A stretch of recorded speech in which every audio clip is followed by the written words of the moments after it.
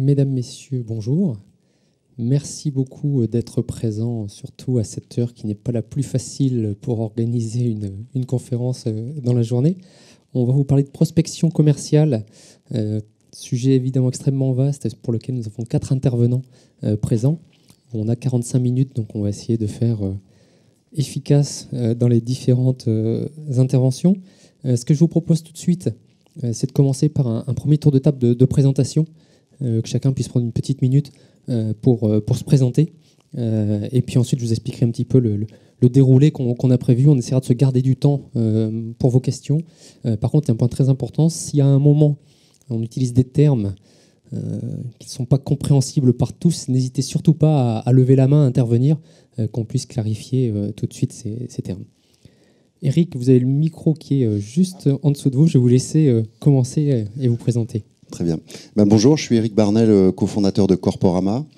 Alors Corporama, c'est un outil d'aide à la prospection B2B, de nouvelle génération, on va dire. On appelle ça un outil de sales intelligence, d'intelligence commerciale, qui va donc rechercher toutes les informations disponibles sur toutes les entreprises françaises, de façon à permettre des ciblages beaucoup plus fins et des actions commerciales beaucoup plus efficaces, car centrées sur le bon interlocuteur et avec le bon niveau d'information sur la société. On est une vingtaine de personnes, on fait 3 millions d'euros de chiffre d'affaires et on a 1500 clients. Voilà. Merci beaucoup. Bonjour, Thibaut Duclosiou, je suis le directeur marketing de Ceradar et je suis aussi vice-président des dirigeants commerciaux de France, l'association parisienne. Ceradar, c'est une solution de marketing prédictif business to business. Donc ça veut dire qu'on crawl la totalité des sites web français. On va en retirer la donnée non structurée et on va la transformer en données actionnables pour le marketing et les commerciaux, et ce qui va permettre de faire des segmentations hyper fines que vous ne pouviez pas faire par le passé, et d'avoir la totalité des cibles dans chacune de ces segmentations, soit pour des actions marketing, soit pour des actions commerciales. Merci beaucoup. Et nous avons une 60aine de clients. Nous, notre solution est sortie il y a 1 an à peu près, et essentiellement du SBF 250, mais on a aussi beaucoup de startups, en tout cas des gens qui veulent se structurer en termes commerciaux ou marketing et qui s'équipent pour ça. Bonjour, Christian Bernard, je dirige Néoptimal. Moi, mon expertise est essentiellement dans le développement commercial. J'ai appris le métier de la vente, du marketing et du management chez les Américains dans la high-tech. Donc le process, la rigueur, le résultat, etc. Je fais du conseil pendant une 15aine d'années auprès des grandes boîtes internationales, mise en place de modèles, de process et de méthodes. Et il y a 6 ans, en fait, avec quelques consultants, je me suis spécialisé dans, on va dire, le bouleversement qu'a apporté l'Internet dans la mécanique de vente et d'achat B2B. On a déployé des grands projets de génération de demandes commerciales sur Internet avec un partenaire américain. Et puis, il y a quelques années, on s'est dit que les PME aussi avaient les mêmes besoins en fait, de se développer commercialement dans une conjoncture difficile, mais qu'elles n'avaient pas les ressources humaines, les compétences et les investissements dans les technos des grosses boîtes. Donc, on a développé, en fait, on a packagé notre savoir-faire dans une méthode de prospection digitale qui a donné lieu, en fait, à la création de Néoptimal. Donc, la vocation de Néoptimal, c'est d'offrir un service clé en main de communication sur Internet pour aller susciter la demande, faire mûrir l'intérêt des prospects et ensuite générer un pipe de prospects motivés pour le compte de nos clients. Et on intervient essentiellement auprès de PME, d'entreprises de taille moyenne, on va dire entre quelques millions d'euros et puis 150 millions d'euros. Merci beaucoup. Bonjour, merci. Moi, je suis donc Laurent Valderez. Je suis le représentant en France de Showpad. Showpad, c'est une plateforme d'activation et c'est un outil de productivité commerciale. La petite histoire a commencé en 2011, en fait. Donc, c'est une entreprise qui est issue de Gand, en Belgique. Elle a été créée donc en 2011. En 2015, on génère 10 millions de dollars de chiffre d'affaires et aujourd'hui, on est présent donc à Londres, San Francisco. Nos partenaires sont des gens comme Apple, Google, Salesforce, Microsoft. Voilà, on a des prix importants.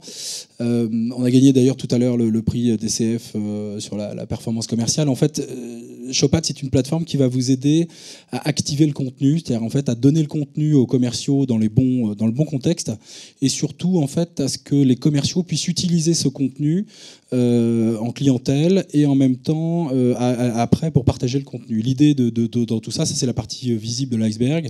La partie invisible de l'iceberg, c'est toute la data qu'on va générer en fait sur la manière dont les commerciaux utilisent le contenu. Donc on va faire de l'optimisation en fait de contenu pour le marketing, savoir si la vidéo que je dépense chaque année pour le business case est utile ou pas, elle sert les commerciaux ou elle le sert pas.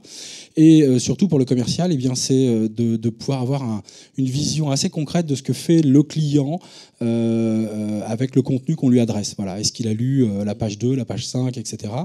Et tout ça en fait est intégré et donc remonté directement dans le CRM. Donc en fait on va générer de la data et on libère du temps de vente active pour les commerciaux. Voilà. Merci beaucoup. Donc on voit ce panel déjà assez large au niveau de nos intervenants. On va essayer de parler tout de suite de stratégie, notamment des fondamentaux. Et peut-être commencer avec Eric pour rappeler un petit peu les fondamentaux ici. Deviez-vous redonner des fondamentaux, préparation notamment de stratégie, ciblage et de cohérence entre les forces commerciales et les cibles? Alors, quelques fondamentaux, mais que compléteront mes collègues. D'abord, le premier, c'est ce qu'on ressent auprès de nos clients, c'est le besoin de prospecter plus, peut-être qu'il y a quelques années. Il y a une crise, ça a échappé à personne. Et aujourd'hui, bon nombre de sociétés sont obligées qui ne prospectaient pas forcément, qui étaient plus sur de la gestion de l'appel entrant, se remettent à prospecter, des petites, des grosses, de façon très très forte. Donc une pression plus forte quand même sur les actions commerciales. Une demande d'efficacité aussi, puisque le coût de commercialisation devient un coût non négligeable et parfois même le plus important dans des sociétés de services. Et donc la nécessité de se doter d'outils de ciblage. C'est le premier point de cette stratégie. On a tous eu des clients, des prospects qui avaient une force commerciale de, 3 commerciaux, 5 commerciaux, et qui souhaitaient attaquer un marché de 15 000 entreprises, ce qui est totalement aberrant. Et donc, dans vos réflexions stratégiques, pensez ciblage. On a aujourd'hui une masse de données, on y reviendra, disponibles sur les entreprises. Il y a des tas d'outils qui permettent d'interroger plus ou moins finement ces données-là. Donc vous avez tout, normalement, aujourd'hui, à disposition pour faire des choses extrêmement précises en termes de ciblage. Enfin, je laisserai mes camarades parler sur les stratégies de canaux. Il n'y a pas que la prospection, il y a évidemment le marketing automation, il y a un certain nombre d'outils. Je dirais que dans une réflexion stratégique commerciale, vous devez aussi penser data, structuration des données, capitalisation de l'effort commercial en récupérant ces données, en les nettoyant, en les laissant le plus possible à jour, idéalement dans un outil CRM, mais ça peut être dans d'autres types d'outils. La qualité de la donnée va être quand même aujourd'hui essentielle pour l'efficacité et je dirais le bien-être des commerciaux. Alors, je vais rajouter à ce qu'Eric vient de présenter, le fait qu'aujourd'hui, puisqu'on est dans une croissance molle, chaque lead coûte plus cher à atteindre et coûte plus cher à générer. Donc, le ciblage est essentiel.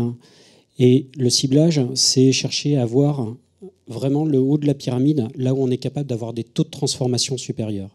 Alors le ciblage, l'étape qui est juste avant, c'est la segmentation. La segmentation, c'est vraiment de définir quels sont les territoires, les zones de jeu sur lesquelles vous voulez aller. Et aujourd'hui, ce qui est important, c'est regarder tout ce qui est outils disruptifs pour générer la bonne data.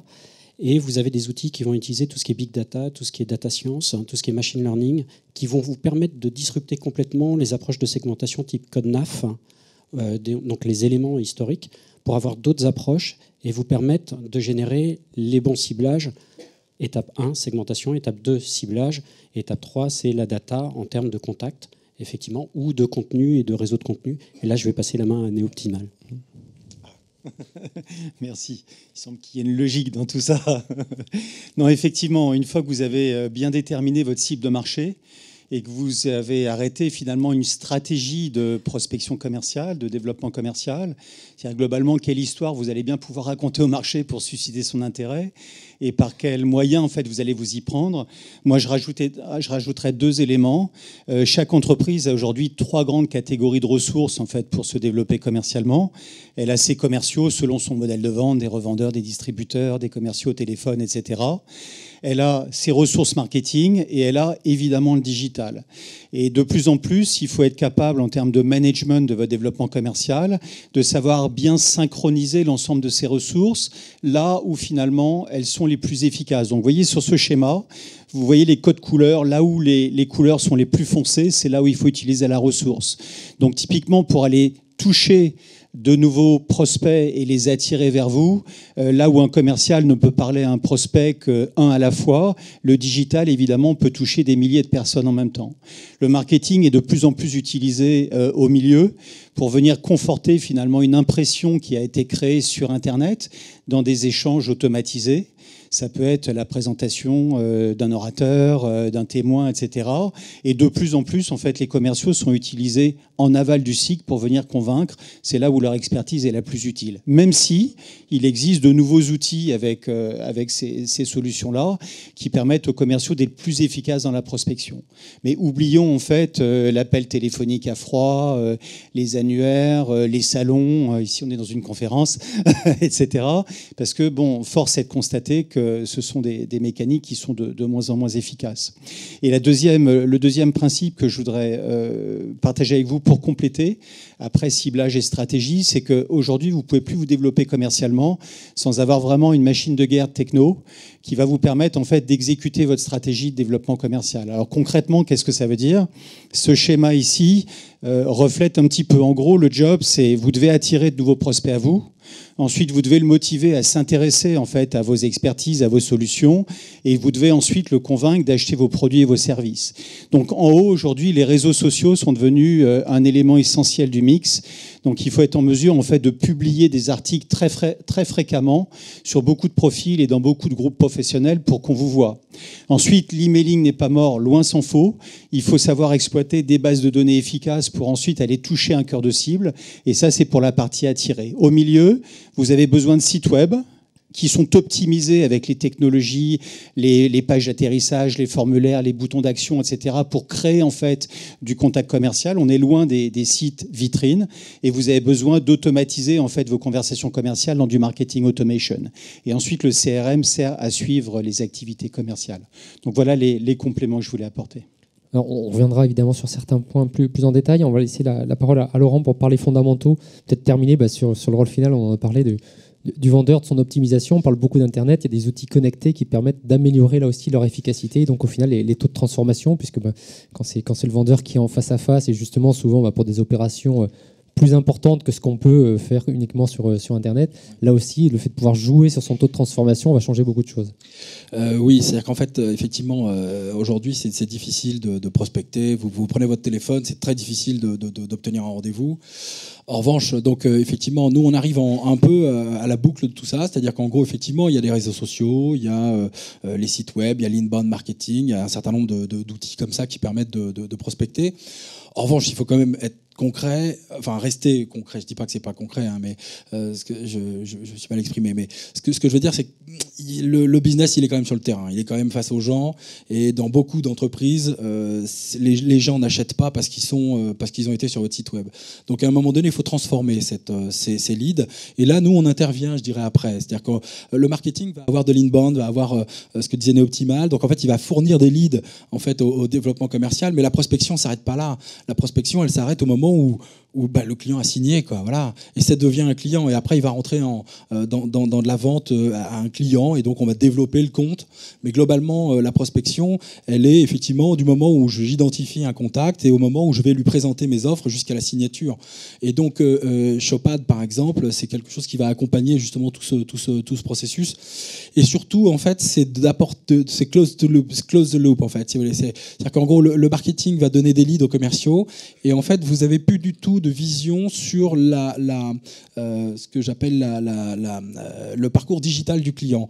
Et bien avec un outil par exemple comme Shopad, on va apporter cet outil, cette vision en fait digitale, et on va pouvoir suivre en fait en même temps l'intérêt que le client porte aux offres. Qu'est-ce que je dois lui présenter comme offre, qu'est-ce que j'ai comme contenu à présenter, qu'est-ce que j'ai comme contenu à partager, qu'est-ce que je présente en phase de premier rendez-vous, qu'est-ce que je présente lorsque j'ai un client client qui est un peu plus mature, on n'a pas toujours les mêmes offres à présenter. Et voilà comment, par exemple, voilà ce que je dirais pour compléter, c'est vraiment aujourd'hui de réfléchir aussi là-dessus.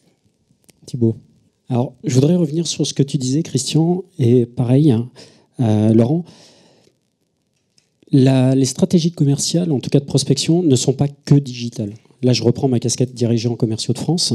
On a eu une conférence extraordinaire où il y avait Loïc Simon qui est là-bas, qui est un praticien du social selling. Juste à côté, Isabelle Pamplune, qui était directrice marketing channel de Xerox. Et juste à côté, Samer Nasreddin, qui est le directeur d'un revendeur qui fait 53 millions d'euros, qui a 30 commerciaux et qui s'est vu imposer le social selling par le marketing. Et donc, ils racontaient leur histoire. Et en tant que commercial, sa mère nous racontait les impacts. Et il nous disait que c'était important le social selling et qu'il réussissait à faire des ventes avec. Donc c'est une bonne chose. Mais que tous les fondamentaux de la prospection étaient respectés chez ces commerciaux. Donc il faisait du terrain, du porte-à-porte. Il faisait du marketing avec du contenu. Il faisait de la remontée d'informations, par exemple ce que tu fais avec Shopad. Et il travaillait énormément sa segmentation, son ciblage. Donc aucun canal... Enfin, aujourd'hui, la difficulté des marketeurs et la difficulté qu'on a, c'est qu'on est obligé d'adresser tous les canaux parce qu'à chaque élément, à chaque étape du consumer buyer journey, donc du cycle de décision d'achat, eh bien, les personnes ont besoin d'être nourries et vous avez besoin dans cette masse de leur adresser un bon message. Et une fois que vous avez adressé, que vous avez réussi à capter, le problème du marketing, c'est que les leads qu'on génère ne sont pas toujours traités par les commerciaux non plus. On sait que grosso modo, seuls 40% des leads sont bien traités par les commerciaux. Sauf si vous avez une organisation extraordinaire. Mais la plupart... Donc il ne faut pas oublier, il y a d'autres canaux que le digital. Il y a aussi la vraie force commerciale qui est prendre son téléphone à partir d'une base de données qui a été segmentée, sur laquelle, par contre, il ne faut pas leur survendre la base. Ça, c'est une clé. C'est votre base. Si vous voulez leur donner une base, il faut qu'elle soit segmentée, il faut qu'elle soit ciblée et qu'elle soit qualitative. Sinon, ils l'utiliseront une fois, mais pas deux fois. Alors, Christian, oui. Et peut-être rapidement sur la méthodologie, puisqu'on en a déjà un petit peu parlé, en synthèse. On peut effectivement parler là-dessus, mais je trouve le point de vue très intéressant parce que, en fait, tu as tout à fait raison. La vraie vérité, c'est qu'est-ce qui fonctionne en fait en fonction de votre cible de clientèle. Si vos prospects réagissent au porte-à-porte, super. S'ils décrochent les téléphones quand vous les appelez là où vous ne les connaissez pas, super. Donc en fait, la vraie clé, elle est là. Et après, c'est de trouver, c'était le schéma que j'avais mis à l'écran au départ, il faut trouver le bon mix. Il faut utiliser les bonnes ressources là où elles sont les plus efficaces du point de vue de la réaction de vos prospects et là où elles sont les plus efficaces du point de vue de leur rentabilité. Mais effectivement, il n'y a pas une vérité. Selon les marchés, c'est de trouver en fait le bon mix. Alors la transition vers la méthodologie, c'était la question en fait. C'était quoi d'ailleurs la question? Non, sur les méthodologies à adapter, mais ça reprend un petit peu ce qu'on a dit depuis le début justement. En tout cas, ici le propos c'est de dire que... Alors, c'est la deuxième chose effectivement je voulais dire, je perds mes esprits en début d'après-midi, excusez-moi, c'est qu'en fait... je pense que le monde a vraiment beaucoup changé du point de vue de la dynamique vente-achat. Et la prospection commerciale, avant, était considérée par le management comme une fonction des commerciaux.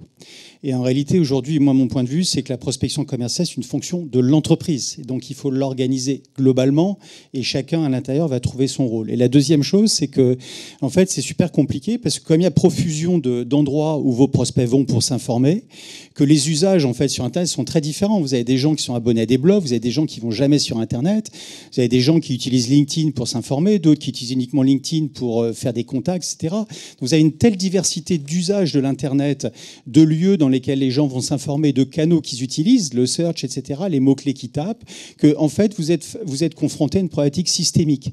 C'est-à-dire vous ne pouvez pas être seulement bon dans l'organisation de petits déjeuners ou dans des campagnes d'emailing ou dans une force de vente qui serait super brillante. Il faut en fait être bon partout.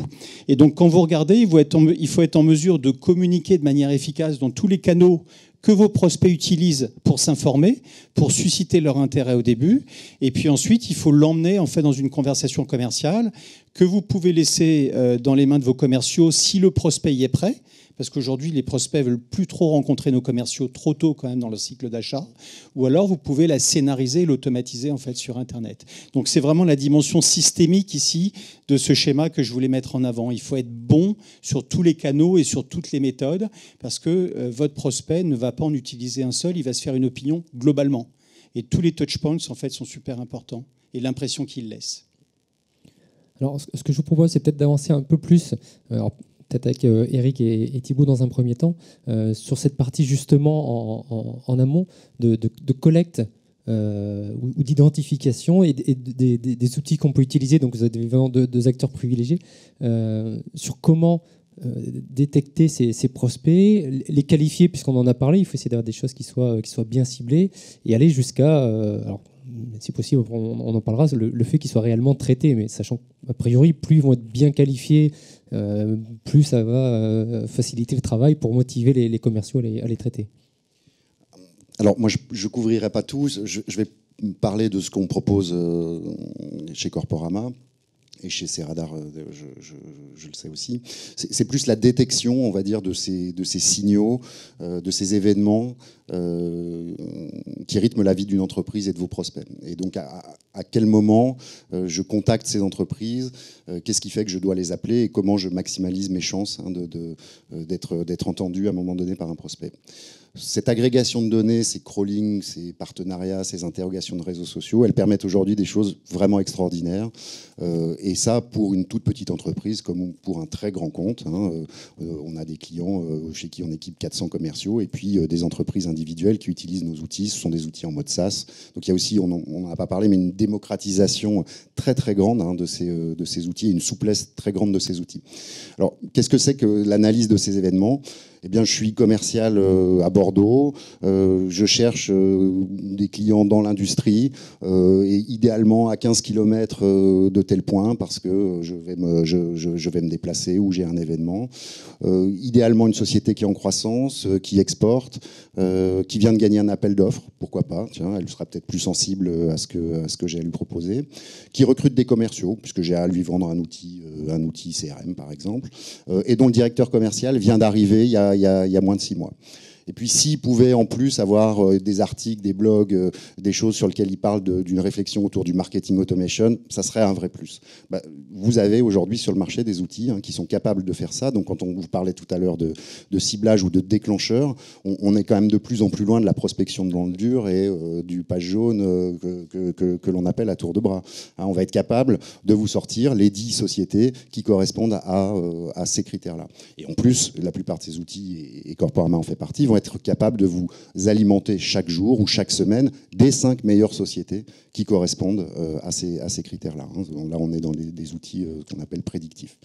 Voilà, donc je ne sais pas si j'ai couvert, mais comment aller chercher ces prospects, c'est une bonne exploitation de ces outils et de l'ensemble des critères d'interrogation qu'ils mettent à votre disposition. Je pense que Thibaut pourra compléter peut-être aussi sur la partie segmentation et sur le fait de travailler par rapport à ses clients existants.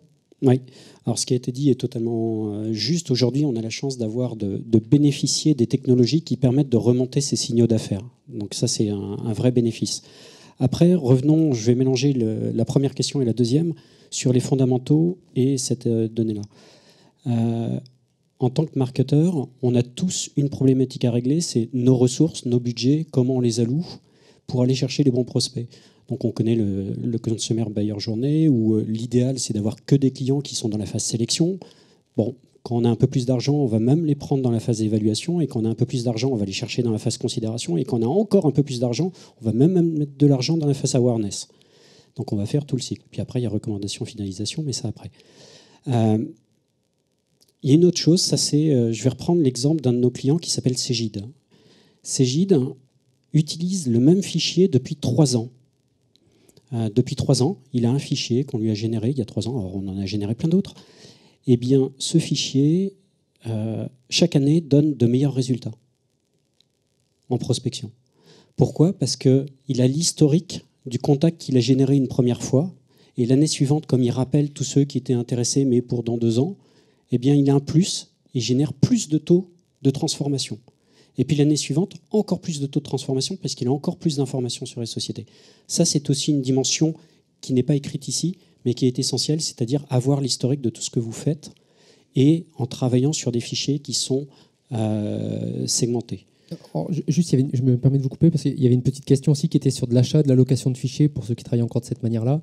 Ça veut dire globalement, il vaut quand même mieux investir une fois qu'on a testé un fichier ou dans des démarches qui permettent justement de travailler sur du long terme et pas de faire de la location avec du one-shot où on ne va pas pouvoir avoir ce travail.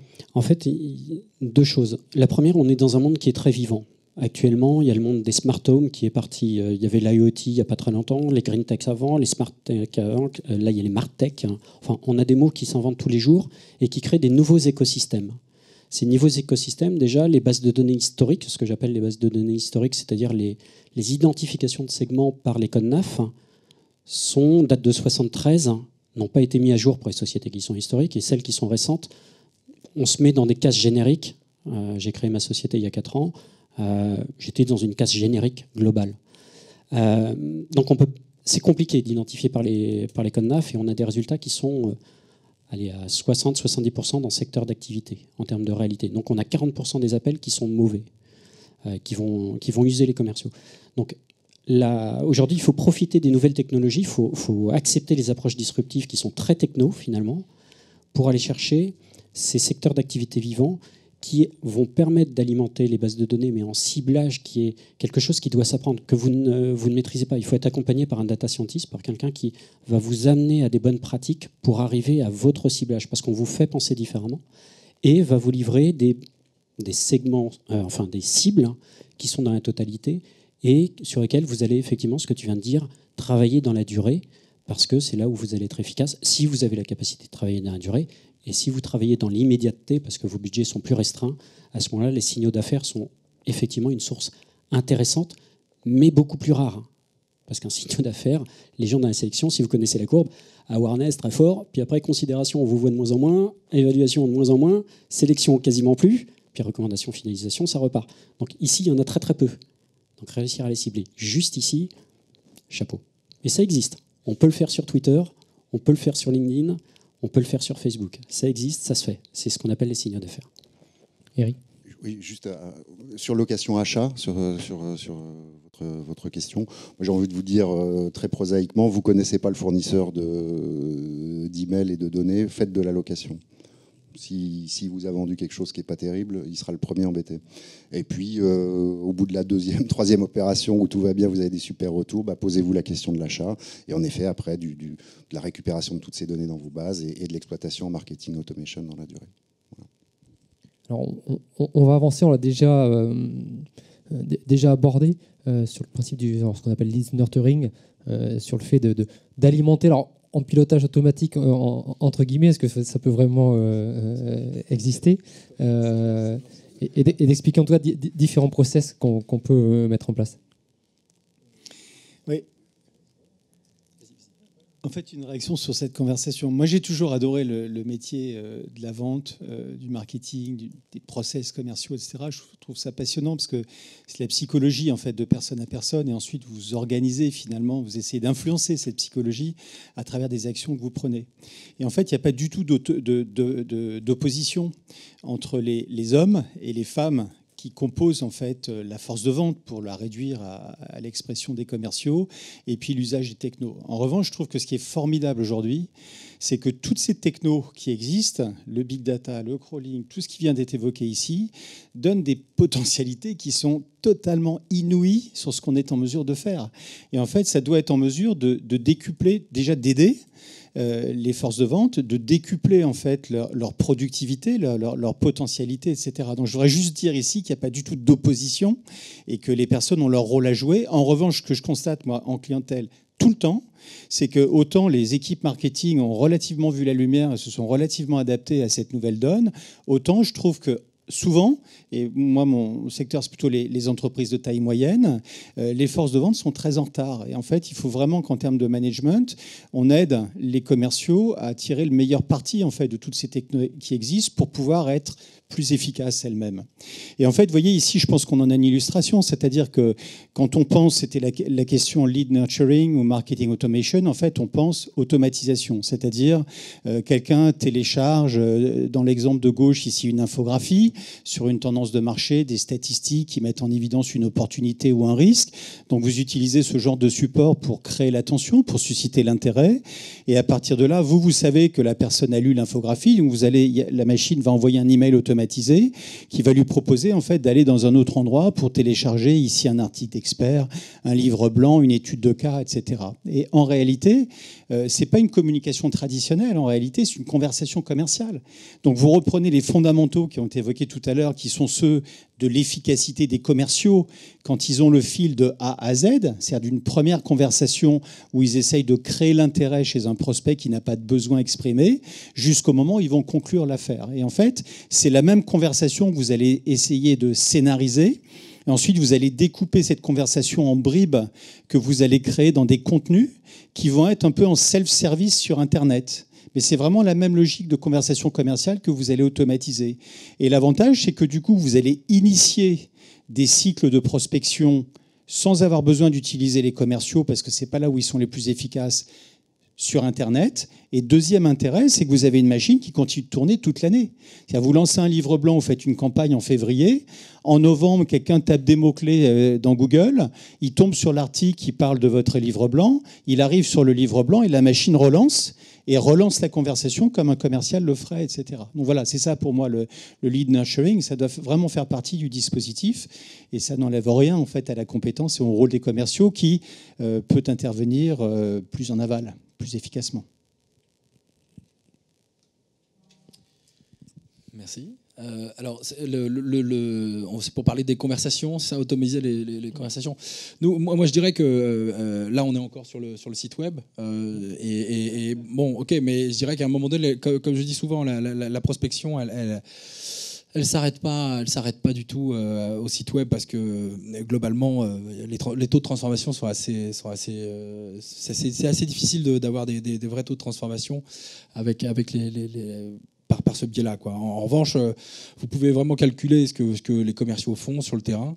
Et donc, moi, je vais vous donner un exemple avec un outil comme Showpad, qui est un outil qui m'a vraiment aidé en tant que commercial et qui a révolutionné en fait ma manière de faire du commerce et qui est utile pour tous les gens qui font du commerce. C'est un outil qui est multi-plateforme. Et donc, en l'occurrence, j'étais il n'y a pas très longtemps à un cocktail au mois de février. Et je rencontre le VP Innovation de chez Airbus. Il est juste N-2 du PDG d'Airbus. Donc c'est quelqu'un, si j'avais eu... parce que pour moi, Airbus, ça fait partie des comptes qui m'intéressent. Voilà. Et ben, je me dis, si je m'étais dit, tiens, comment je vais aller prospecter ce type-là, comment je vais prendre un rendez-vous avec lui, je pense que je vais un peu galérer. Donc en fait, où je mettrais beaucoup plus de temps que ce que je vous expliquais. J'étais dans un cocktail et j'arrive à le brancher. Comme ça, et donc ce qui est déjà un exploit, c'est pas évident d'approcher les gens. Et je lui dis, est-ce que vous travaillez aussi sur l'innovation de processus, sur la manière d'améliorer les processus commerciaux. Et comme ils sont très ouverts sur l'ensemble, en fait, ils font une innovation qui est globale. Il dit oui, ça m'intéresse. Et bien j'étais avec mon iPhone, je lui ai présenté en fait rapidement en fait ce que je faisais, c'est-à-dire à quoi sert Showpad. Et il m'a dit bah ouais, c'est pas con, ça m'intéresse. Je lui ai pris son email, je lui ai adressé en fait la présentation. Tout ça est remonté directement dans mon CRM. Et en gros, j'ai eu un rendez-vous le 10 mai avec tout le staff du marketing. Donc c'est lui qui a organisé le rendez-vous. Le 15 juin, on a fait un POC, Proof of Concept, pour Airbus, pour trouver des use cases en fait intéressants. Et on va mettre quelque chose en production d'ici certainement la fin de l'année. Et ben voilà un exemple, si vous voulez, de prospection utile et que même avec de l'inbound, même avec du téléphone, etc., j'aurais eu beaucoup de mal à le faire. Donc on est bien dans cette notion d'activer le contenu, mais malgré tout, on reste quand même sur du contact en face à face. Enfin, voilà. Et pour prendre l'exemple de nous, notre manière de fonctionner, on fait beaucoup du social selling pour trouver les gens. Alors d'abord, on a identifié les comptes qui nous intéressaient. Donc voilà, on sait qu'on veut travailler avec le CAC, avec les ETI familiales, avec un certain volume d'entreprises et dans certains secteurs d'activité. Puis après, il faut trouver les bonnes personnes, il faut trouver les bonnes sociétés, bien entendu. Donc effectivement, il y a des fichiers qui existent parce que voilà, on peut pas faire autrement de trouver. Mais globalement, on fait beaucoup de social selling pour trouver en fait les contenus, pour identifier les gens qui portent un intérêt sur tel ou tel sujet en fonction de leur publication. Et puis, c'est comme ça qu'on rentre en contact avec eux. Voilà, mais voilà. Alors, ce que j'aimerais bien qu'on explique, ce que vous avez expliqué sur la solution et qui est très complémentaire à ce qu'on a dit, notamment ce qui peut s'automatiser sur le site web, c'est que lorsqu'on envoie la présentation avec votre solution, on peut savoir a priori quand la personne le consulte. Et ce que vous me disiez, c'est que si vous envoyez une proposition avec 4 versions ou 4 hypothèses de travail, vous arrivez à savoir si elle a passé plus de temps sur telle version, de manière à justement, lorsque vous vous rappelez, avoir vraiment des informations qualifiées. Et on rejoint un petit peu, on parle beaucoup de digital, et en fait, on peut l'amener au commercial classique terrain. Nous, on utilise, en fait, nous, si vous voulez, c'est la suite du processus. Hein. C'est-à-dire qu'en gros, vous avez trouvé un lead, que vous l'ayez trouvé sous le social selling, ou le commercial fait lui-même, il a trouvé un lead sur LinkedIn, par exemple. Bon, il est rentré en contact avec lui. À un moment donné, il faut se voir, il faut se rencontrer. Donc, soit vous faites un peu d'optimisation, puis avant de faire des rendez-vous, vous allez faire du WebEx dans un premier temps pour présenter, pour voir s'il y a un réel intérêt. Et puis, ensuite, vous allez dire, OK, si on se voit, c'est qu'on va travailler sur un sujet. Donc, on ne fait plus des rendez-vous. Enfin, moi, je vous donne mon exemple à moi, hein, c'est très, très organisé. Nous, si vous voulez, le coût d'un rendez-vous, il est important. Donc, on ne va pas faire des rendez-vous pour faire des rendez-vous. Donc, on va commencer par utiliser la technologie pour effectivement faire du WebEx, susciter l'intérêt, voire mesurer l'intérêt. Et donc, en fait, on va mesurer l'intérêt en même temps en envoyant les documents, la présentation avec notre outil. Et on va voir qu'il y a des gens qui peuvent effectivement être intéressés, et puis finalement, ils ne sont pas si intéressés que ça, parce qu'ils ne lisent pas les présentations qu'on leur adresse. Alors qu'il y en a d'autres qui disent oui, ça m'intéresse, et effectivement, ils lisent les présentations. Et donc, ceux-là, je vais consacrer plus de temps sur eux, et j'ai un closing qui est plus rapide. Et voilà à quoi sert, par exemple, un outil comme Showpad. Et en fait, c'est pas que l'outil comme Showpad, mais disons que c'est la puissance du digital pour le métier marketing et commercial. C'est la vraie révolution aujourd'hui. C'est véritablement d'utiliser ces nouvelles technologies. Enfin, j'ai fait un MBA, je me suis amusé à faire un schéma sur les commerciaux d'aujourd'hui. Je peux vous dire qu'il y a des gens qui sont encore en 1950 et puis il y a des gens qui sont en 2017. Et la différence, il y a celui qui utilise encore des fiches carton avec sa plaquette papier, et puis il y a ceux qui utilisent des outils technologiques avec tout ce que vous faites aussi. Voilà, hein, parce que nous, on utilise tous ces types de produits aussi, bien entendu. Thibaut, pour réagir. Alors, moi, j'ai une question, parce que dans les chiffres que j'ai en tête, je voudrais vous poser une question pour avoir un écho et voir si les chiffres sont faux. Combien d'entre vous ont des CRM dans leur boîte? Est-ce que vous pourriez lever la main, s'il vous plaît? Bon, il y a un tiers de la salle déjà. Et dans la boîte, combien d'entre vous considèrent que le CRM est relativement bien rempli? Voilà, 4 personnes. Donc il y a du mythe à la réalité. La problématique qu'on a, et on parle de la prospection en général, il y a des outils qui sont là pour aider, mais avant tout c'est le management des hommes. On parle des commerciaux nouveaux. Il faut savoir qu'en France il manque 200 000 commerciaux aujourd'hui. On n'arrive pas à recruter des commerciaux. Donc dans ces éléments-là, et deuxième truc, on est tous ici, on a tous des outils hyper innovants. Inoptimal a une solution qui est intelligente en nurturing, qui est bien structurée. Corporama, une solution qui est hyper intéressante en termes de data pure contact. Tu as une solution hyper intéressante en termes d'intégration de process. J'ai une solution hyper intéressante en termes de segmentation, ciblage hyper précis en totalité. Il y a une foultitude de solutions. Le problème, c'est l'usage de toutes ces solutions. Le problème, c'est les ressources qu'il faut former derrière, parce qu'il faut les former à l'usage. Et si on revient au sujet qui est la prospection, qui est donc aller chercher des leads qualifiés, eh bien, finalement, il faut réduire son périmètre. Parce qu'on a tendance à trop se disperser. Et ça, c'est très compliqué. Et encore une fois, on parlait de nurturing, qui est le mot américain, mais si on regarde ce qu'on a appris en cours de marketing, on parlait quoi? De marketing relationnel, marketing promotionnel, et après, il fallait gérer ça. C'est à peu près ça. On est toujours dans cette notion de conversation concrète. La seule chose, on a déplacé les étapes, on a déplacé les niveaux, les lieux, les canaux, mais la prospection, elle est là. Elle est sur ces multi-canaux, et je te donne la main, je finis. Et ce qui est important, c'est, dans nos rôles à nous, en tant que directeur marketing, c'est d'essayer de trouver le plus rapidement possible, dès le démarrage, où est notre vraie valeur, donc notre élément différenciant, où est notre vrai marché, nos segments de marché, et qui sont nos vraies cibles, aujourd'hui, maintenant, et pourquoi pas, et là c'est du prédictif, celles qui seront demain, parce qu'on sait qu'on va lancer un produit, parce que notre marché commence à être saturé, donc on va lancer un produit, donc il faut faire de la prédiction, dans le sens, c'est de la statistique pour dire, voilà, grosso modo, quelle est la taille de notre marché et comment on peut l'aborder et quelles sont les cibles derrière. Christian, rapidement, on se rapproche de la fin. Ok, mais très vite, j'adore cette discussion autour du CRM, je trouve ça génial. Le CRM existe depuis 20 ans et n'est toujours pas utilisé. Pourquoi ? Parce qu'il n'y a pas de valeur pour les commerciaux dans le CRM. Il y a une valeur pour le management, mais c'est du temps administratif, etc. Les commerciaux détestent le CRM. Ce qui est intéressant avec toutes ces technologies qui sont évoquées ici, c'est que vous apportez une vraie valeur aux commerciaux. Quand vous leur envoyez des déclencheurs, vous leur poussez des opportunités de marché sur une base objective, concrète, pour leur dire, tiens, tu devrais appeler là, tu devrais regarder ça, etc., parce qu'il y a des trucs qui bougent, etc., vous leur apportez un intérêt. Quand vous leur mettez entre les mains un outil Showpad qui leur permet de suivre, en fait, si leurs prospects ont téléchargé les docs, les ont lus, etc., vous leur apportez de la valeur. Et quand vous mettez en place un logiciel de marketing, une plateforme marketing, vous leur apportez de la valeur parce que vous leur apportez des leads, vous leur apportez des prospects. Vous êtes le roi du pétrole, ils adorent que vous leur remplissez leur pipe.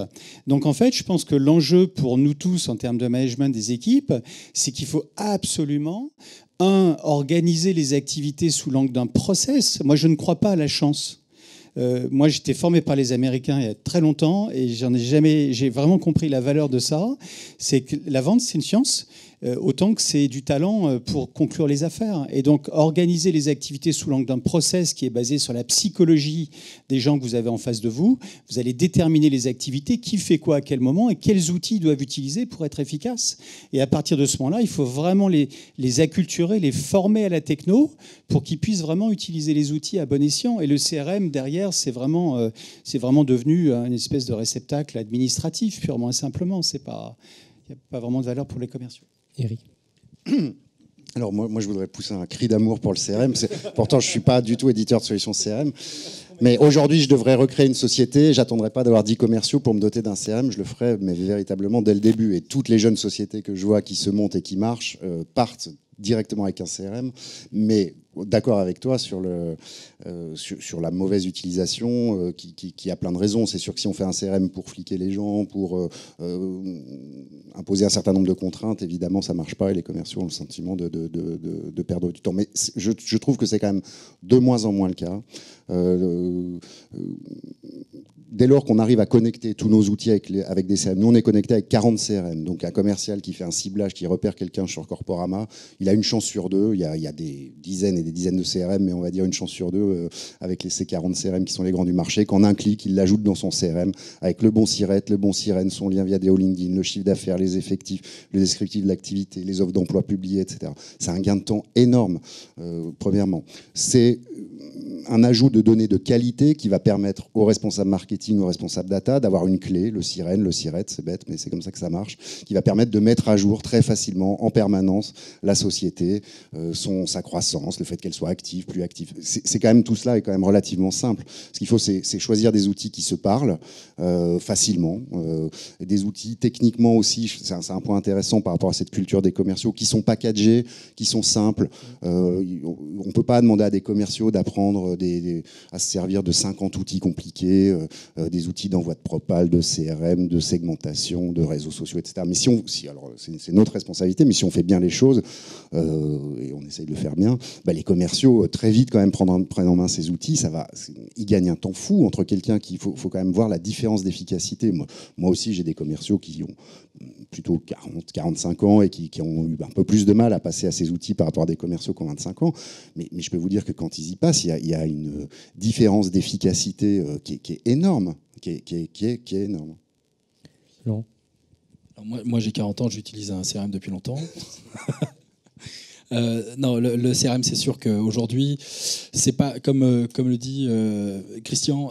Effectivement, ça ne sert pas le cycle de vente. En revanche, maintenant, nous, c'est ce qui a fait le succès en fait de Showpad, c'est toute la data en fait qui est remontée. C'est-à-dire que la data qui est intéressante pour un commercial, c'est de savoir, même dans des notions de lead nurturing, c'est de savoir qu'est-ce que j'ai présenté il y a 2 ans à ce type-là, qui j'ai rencontré, quel a été l'intérêt pour lui pour l'offre que j'avais présentée, etc. Et donc en fait, d'avoir toute cette data, ça me permet à la fois de savoir relancer le client sur un sujet sujet ou un autre. Et donc tout ça va remonter directement dans le CRM. Nous, par exemple, si vous voulez, aujourd'hui, vous avez deux leviers pour les commerciaux. Les commerciaux, aujourd'hui, ils passent 22% de leur temps à faire réellement de la vente active. C'est des datas d'Insight, voilà, donc un institut d'études. 22% seulement. Et en fait, ils passent beaucoup de temps à rechercher du contenu, créer du contenu, etc. Ben, nous, on résout ce problème-là. Deuxièmement, ils passent beaucoup de temps aussi à rentrer dans leur CRM de la data. Et bien nous, en fait, on va les aider justement à les libérer en fait de tout ça, en remontant directement en fait tout ce qui a été présenté en rendez-vous. Je suis en rendez-vous.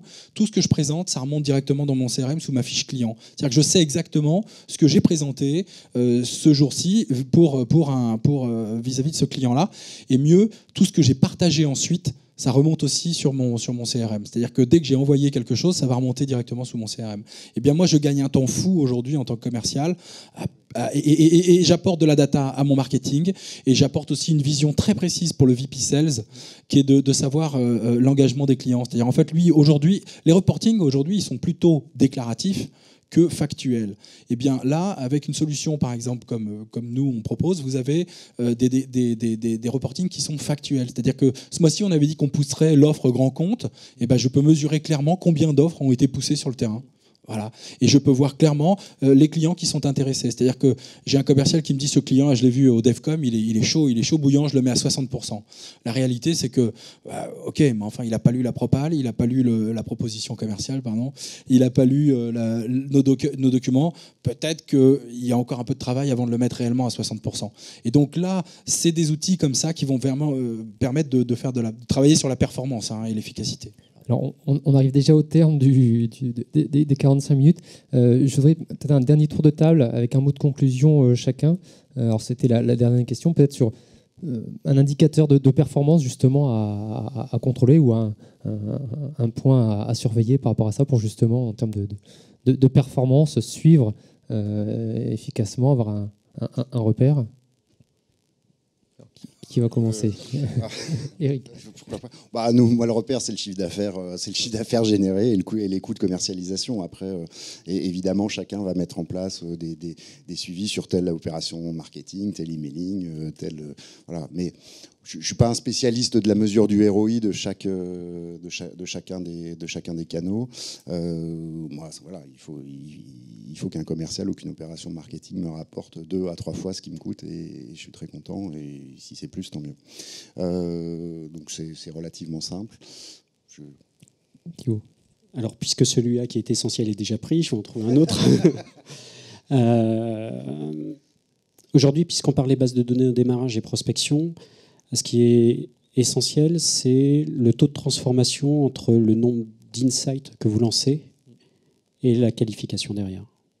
Je pense que c'est le premier sujet, ce qui vous permettra de sourcer les bons canaux, les bonnes sources de data avant de lancer tous les process derrière, que ce soit du nurturing ou d'autres.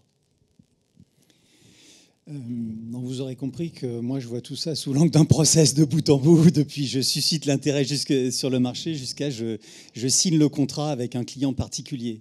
Donc si vous voyez la vie comme ça, comme moi, les métriques sont les taux de conversion à chaque étape du process. Et là, vous allez mesurer en fait le degré d'engagement de vos prospects vers vous, jusqu'au bout, à toutes les étapes. Et donc, les taux de conversion, c'est la mesure en fait de l'efficacité de votre process et de votre système de bout en bout. Et donc, une fois que vous avez cette donnée-là, vous avez des objectifs de vente, parce que le chiffre d'affaires et les marges, c'est quand même au bout du fusil. Et bien, à partir de là, je préférais que tu mettes en fait le tableau de bord, Julien.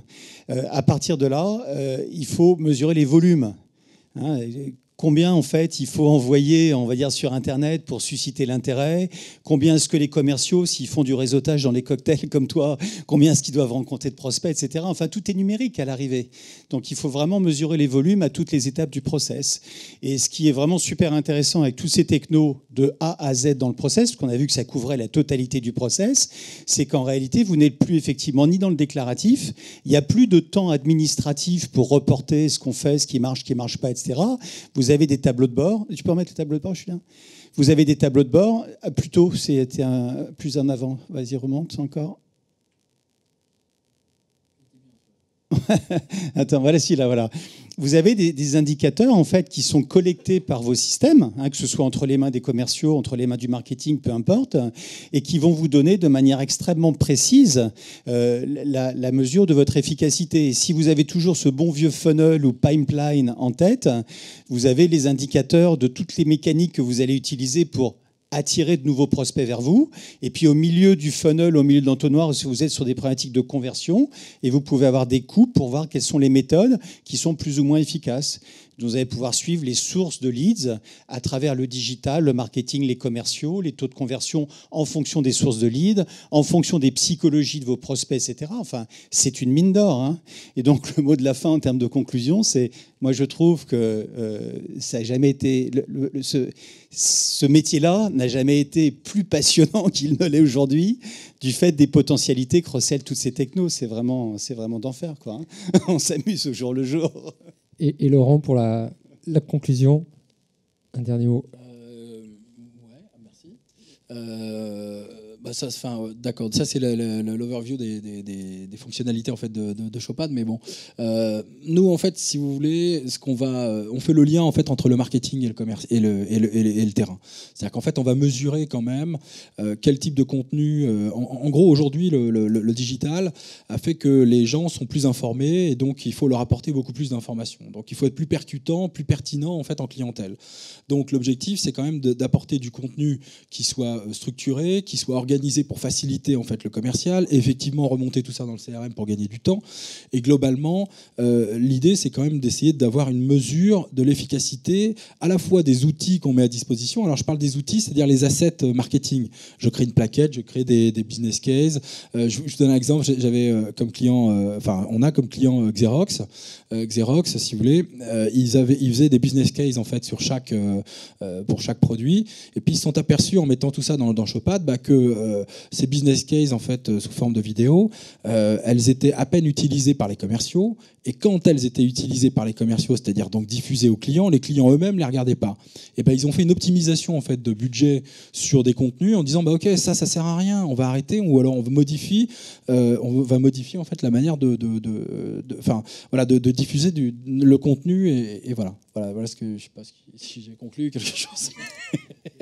Dernier mot. En termes de mesure et d'éléments de mesure, il y a une chose qui est extraordinaire en outil de mesure si on prend purement les commerciaux. Vous connaissez le SPANCO, suspect, prospect, analyse, négociation, commerce.